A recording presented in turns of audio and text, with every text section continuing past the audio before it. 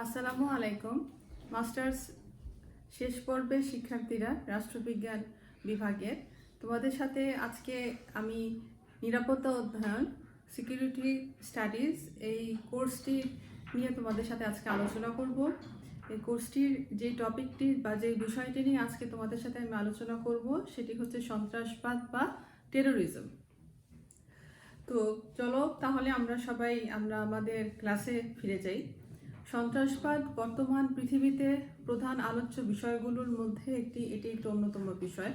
আন্তর্জাতিক স্তরে রাষ্ট্রনেতারা সন্ত্রাসের আলোচ্য সূচিতে অনেক আজ একটি সন্ত্রাসবাদকে এটি একটি বিষয় বা একটি পরিস্থিতি হিসেবে উল্লেখ করেছেন। তো সমাজের বিভিন্ন অংশের মানুষ, যেমন শিক্ষক, গবেষক, প্রকাশক থেকে শুরু করে নিরাপত্তা বিশ্লেষক, আইনজীবী, মনস্তাত্ত্বিকবিদ, সকলের বিভিন্ন দৃষ্টিকোণ থেকে সন্ত্রাসবাদকে তারা বিভিন্ন আঙ্গিকে তারা ব্যাখ্যা করেছেন। তাছাড়া সন্ত্রাসবাদী কার্যকলাপের বিস্তারিত বিবরণ প্রায় বিশ্বের প্রতিদিনই বিভিন্ন সংবাদপত্র, ইলেকট্রনিক মিডিয়ার মাধ্যমে ব্যাপকভাবে সমাজের সর্বস্তরের মানুষের নিকট পৌঁছে যাচ্ছে। তো হত্যাযজ্ঞের অচিন্তনীয় দাপ্তরিক পদ্ধতি বা আমরা যাকে বলতে পারি যে আত্মঘাতী সন্ত্রাস, নিত্য নৈমিত্তিক বিভিন্ন সন্ত্রাসের বিভিন্ন রকম কৌশল তার বর্তমান নিরাপত্তা ব্যবস্থাকে অনেকভাবে পর্যুদস্ত করছে। ঠিক একইভাবে নাগরিক জীবনের নিরাপত্তার নিশ্চয়তা ক্রমাগতভাবে একটি হুমকির সম্মুখীনে পড়ে যাচ্ছে।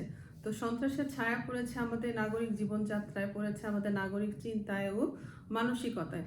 কিন্তু এই সন্ত্রাসবাদ কেনই বা তার জন্ম হয় এবং কিসের ভিত্তিতে এর এর এর বিস্তৃতি লাভ করে বা ঘটে? তো মানব ইতিহাস অনিবার্য কারণেই আন্তর্জাতিক এই হত্যা বা মানুষের এই যে রাষ্ট্র ও সৃষ্টির বা জাতিরাষ্ট্র সৃষ্টির যে প্রয়াসের একটি অন্যতম হুমকি হিসেবে সন্ত্রাসবাদকে আমরা দেখতে পারি। তো অত্যাচারী শাসকরা অনেক সময় মানুষকে অবরুদ্ধ করার জন্য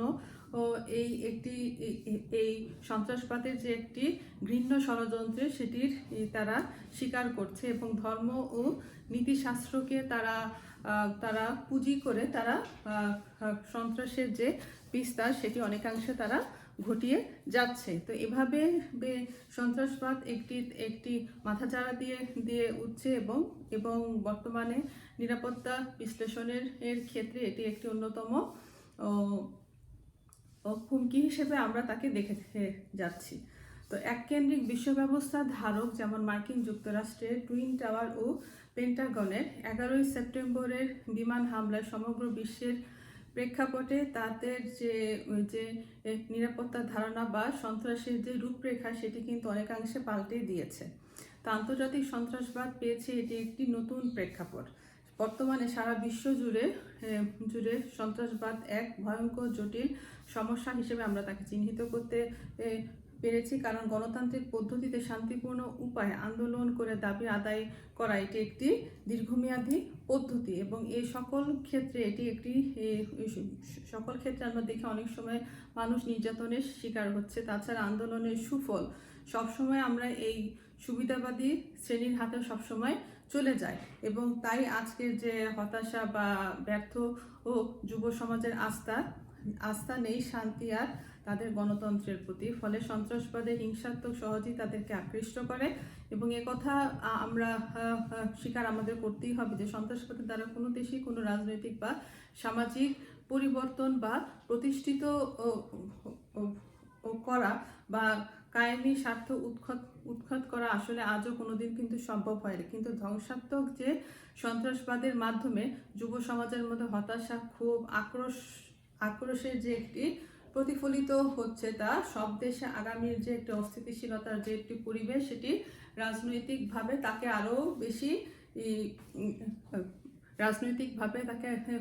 আরও বেশি একটি হুমকির সম্মুখীনে আমরা ফেলে দিয়েছি এবং সন্ত্রাস এবং সন্ত্রাসবাদীর সংজ্ঞা এজন্য বর্তমানে এখন নিরূপণ করা অত্যন্ত একটি কঠিন বিষয়। সন্ত্রাসবাদ একবিংশ শতাব্দীতে সবচেয়ে আলোচিত এটি একটি ফেনোমেনন বা একটি ধারণা।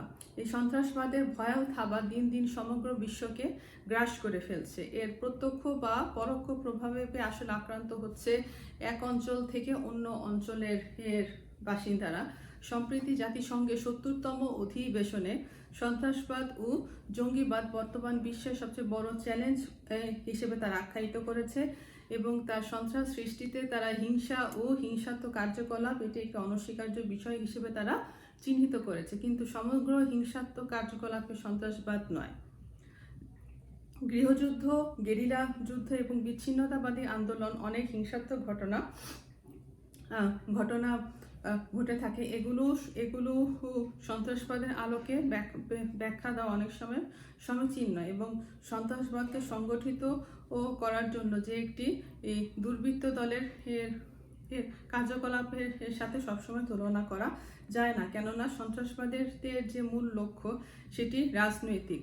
অন্যদিকে সংগঠিত দুর্বৃত্ত দলের লক্ষ্য হচ্ছে ব্যক্তিগত স্বার্থ। তো সন্ত্রাসবাদ বলতে কোনো স্বার্থ লাভের আশায় বিশৃঙ্খল এবং তাণ্ডব লীলার মাধ্যমে একটি জনসাধারণের মধ্যে আতঙ্ক সৃষ্টি করা এবং তাদের ক্ষতিসাধন করার যে প্রক্রিয়া সেটিকেই সাধারণত সন্ত্রাসবাদ বলে। আমরা যদি অন্যভাবে সন্ত্রাসবাদকে ব্যাখ্যা করতে চাই তাহলে আমরা দেখব যে কাজ অসাধারণ বা অসামরিক নাগরিকের মৃত্যু ঘটানোর জন্য বা গুরুতরভাবে আহত করার জন্য যে সমস্ত প্রয়াস চালিত হয় তাকেই আমরা সন্ত্রাসবাদ বলে থাকি। তো রাজনৈতিক উদ্দেশ্যটা চরিতার্থ করার জন্য কোনো গোষ্ঠী যখন গুপ্ত হামলার মাধ্যমে সাধারণ বা সাগরিক বা দেশের সাধারণ জনসাধারণের মৃত্যু ঘটানোর চেষ্টা করলে বা মৃত্যু ঘটলে তাকে আমরা সন্ত্রাসবাদ বলে থাকি। বস্তুত পক্ষে বা স্বাভাবিকভাবে সন্ত্রাসবাদ হলো বিশ্বের ক্ষমতার এক ধরনের মূল্যবান একটি মৃত্যুহীন একটি আতঙ্ক, যা প্রতিহত করা বর্তমান বিশ্ব ব্যবস্থার জন্য একটি অত্যাবশ্যকীয় বিষয় হিসেবে আমরা তাকে দেখি। যে কারণে দেখা যাচ্ছে যে বিশ্ব নেতৃবৃন্দ আজ সন্ত্রাসবাদ বা তার মোকাবেলা করার জন্য সবচেয়ে বেশি সচেষ্ট। তো এই যে একটি আতঙ্ক সৃষ্টির মাধ্যমে জনসাধারণের মৃত্যু ঘটানো বা সাধারণ মানুষকে ক্ষতি করার যে একটি প্রক্রিয়া যাকে আমরা সন্ত্রাসবাদ হিসেবে যাকে আমরা দেখছি, তো এই সন্ত্রাসবাদের জন্মটা আসলে কিভাবে হলো, তো সেটা এখন আমাদের জানার বিষয়। সন্ত্রাসবাদ বা টেরোরিজমের জন্ম তৃতীয় বিশ্বযুদ্ধের পর থেকে। তৃতীয় বিশ্ব বা মধ্যপ্রাচ্যের মাধ্যমে এর একটি অভ্যুত্থান ঘটে। আমেরিকায় যে র্যান্ড কর্পোরেশন এর তালিকা অনুযায়ী 1968 সাল থেকে বিশ্বের 117টি দেশ সন্ত্রাসবাদীদের বিধ্বংসী কার্যকলাপ শুরু হয়। বর্তমানে আমরা এশিয়া, পূর্ব ইউরোপের কিছু কিছু দেশ, সমগ্র ল্যাটিন আমেরিকা, প্রশান্ত মহাসাগরীয় অঞ্চলের কোনো দেশ সন্ত্রাসীরা সচেষ্ট। ঠিক একইভাবে মধ্যপ্রাচ্যকে বলা হয় সন্ত্রাসবাদের জন্মক্ষেত্র, কারণ মধ্যপ্রাচ্যের যে তেল সমৃদ্ধ দেশগুলোর উপর পশ্চিমা রাষ্ট্রগুলোকে নিয়ন্ত্রণ লাভ করার মাধ্যমে একটি উপনিবেশ গড়ে তোলার চেষ্টায় তারা সচেষ্ট। একদিকে আরবের সম্পদের বিদেশিদের ভাণ্ডার তাদের পূর্ণ করা, অপরদিকে পাশ্চাত্য সংস্কৃতির অনুপ্রবেশ ঘটিয়ে তাদেরকে ইসলামী রক্ষণশীলতার যে ফাটল ধরানোর সুযোগ তৈরি করা। তো ইসলামীপন্থী একদল লোক এই সকল কর্মকাণ্ডের বিরুদ্ধে আন্দোলন গড়ে তুলেছে। কালক্রমে সে আন্দোলনকে আমরা সন্ত্রাসবাদে রূপান্তরিত করতে পেরেছি। তো স্বীয় অধিকার হারানোর জন্য কিংবা অধিকার আর আদায়ের অভিপ্রায় সন্ত্রাসবাদের জন্ম বা সন্ত্রাসবাদের ক্ষেত্র হিসেবে আমরা তাকে বলতে পারি। তো এভাবে এই যে সন্ত্রাসবাদের যে বিকাশ লাভ করছে এবং সন্ত্রাসবাদকে কেন্দ্র করে যে তাণ্ডব লীলা আসলে চলছে, তো এই সন্ত্রাসবাদীদের মূল উদ্দেশ্য সমূহ আসলে কি? সন্ত্রাসবাদের মূল উদ্দেশ্য হচ্ছে গিয়ে মূলত আতঙ্ক সৃষ্টি করা, যেমন দেশি বিদেশি নাগরিকদের অপহরণ করা, গুরুত্বপূর্ণ ব্যক্তিবর্গকে হত্যা করা, বিশেষ স্থানে বোমা বিস্ফোরণ ঘটানো, সম্পত্তি ধ্বংস করা ইত্যাদি করা। আর এছাড়া আমরা দেখি যে শাসককে ভয় দেখানোর উদ্দেশ্য উদ্দেশ্য দেখিয়ে তাদের যে নৃশংস হত্যাকাণ্ডের মাধ্যমে সন্ত্রাসবাদীরা তাদের উদ্দেশ্য ও ক্ষোভের প্রতি দেশি বিদেশি সবার মনোযোগ আকর্ষণ তারা করে থাকে। এছাড়া নিজেদের উদ্দেশ্যে সে সর্বাধিক দিক প্রচারের মাধ্যমে যতটা নিষ্ঠুরতা দেখানো যায় তা তারা করে থাকে। এছাড়া এই কার্যকলাপের মাধ্যমে তারা শত্রুপক্ষের মনোবল যেটি আছে তারা ভেঙে দিতে সমর্থ হয়। তো এই সকল উদ্দেশ্যকে কেন্দ্র করে সন্ত্রাসবাদীরা বিশ্বব্যাপী আসলে সন্ত্রাসী হত্যাযজ্ঞ তারা ঘটিয়ে থাকে। এছাড়া আমরা দেখতে পাই যে সন্ত্রাসবাদীদের মূলত কিছু কিছু বৈশিষ্ট্য আমরা লক্ষ্য করি, যেমন সন্ত্রাসবাদীরা যে কোনো ঘটনা ঘটিয়ে তার দায়িত্ব সংবাদ মাধ্যমকে তারা প্রচার করে থাকে। এছাড়া সন্ত্রাসবাদীদের আক্রমণে নিরীহ মানুষ মারা যায়, কিন্তু তারা কখনো তাদের কিন্তু লক্ষ্যবস্তুতে তারা পরিণত কখনো তারা ছিল না। তো যে রাষ্ট্রের প্রতি তারা ক্ষোভ, সে রাষ্ট্রের প্রতি তাদের অবিচার করা, সন্ত্রাসবাদীর অভিপ্রায় মানুষের অপরাধমূলক কাজে পরিচালনা করা এবং নিষ্ঠুর ও বেপরোয়াভাবে তাদেরকে হত্যা করা। এছাড়া আমরা দেখি সন্ত্রাসবাদীরা তাদের অর্থ জোগাতে অপহরণের পথ বেছে নেয়। এটি অবশ্যই সব ক্ষেত্রে নয়, বেশিরভাগ ক্ষেত্রে সন্ত্রাসবাদীদের লক্ষ্য ও উদ্দেশ্য নিশ্চিত নয়। সন্ত্রাসবাদীরা খুব কম ক্ষেত্রে তারা তাদের লক্ষ্যে পৌঁছাতে পারে। তো এই সকল উৎকল বৈশিষ্ট্য আমরা সন্ত্রাসবাদী কর্মকাণ্ডের মধ্যে আমরা দেখে থাকি। এছাড়া সন্ত্রাসবাদের যে সকল দেশ জর্জরিত, যেমন আমরা দেখি আফগানিস্তান, ফিলিস্তিন, ইসরায়েল, ভারত, পাকিস্তান, শ্রীলঙ্কা। উপমহাদেশের বিভাজনের ফলে কাশ্মীর সমস্যা এবং সেই অঞ্চলে ভারত এবং এই কাশ্মীর সমস্যাকে কেন্দ্র করে ভারত ও পাকিস্তানের জন্ম হয়। তাছাড়া আমরা অভ্যন্তরীণ বিভিন্ন জঙ্গি গ্রুপগুলো স্বাধীনতার জন্য সন্ত্রাসবাদী বিভিন্ন কার্যক্রম পরিচালনা করেছে।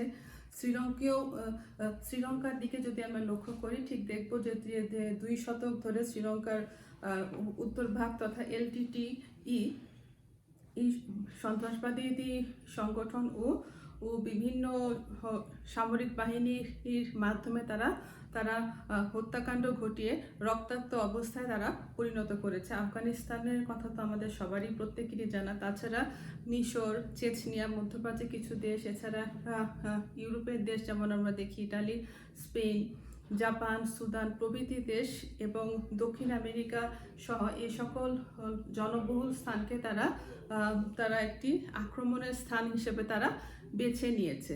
কিন্তু আজ সন্ত্রাসবাদীর আগ্নেয়গিরি যেটি দেখছি, আমরা সবাই এই সন্ত্রাসবাদীর আগ্নেয়গিরির উপরে সবাই দাঁড়িয়ে আছি। এই চরম সর্বনাশের পরিস্থিতিতে ব্যবহার করে নিজের সমর্থনপুষ্ট দেশগুলোকে সুরক্ষা করার কথা এবং সন্ত্রাসবাদকে দমন করতে চাইলে সেটি কখনো একার পক্ষে সম্ভব নয়। কোটি কোটি মানুষ আজ সন্ত্রাসবাদকে দমন করার জন্য সচেষ্ট।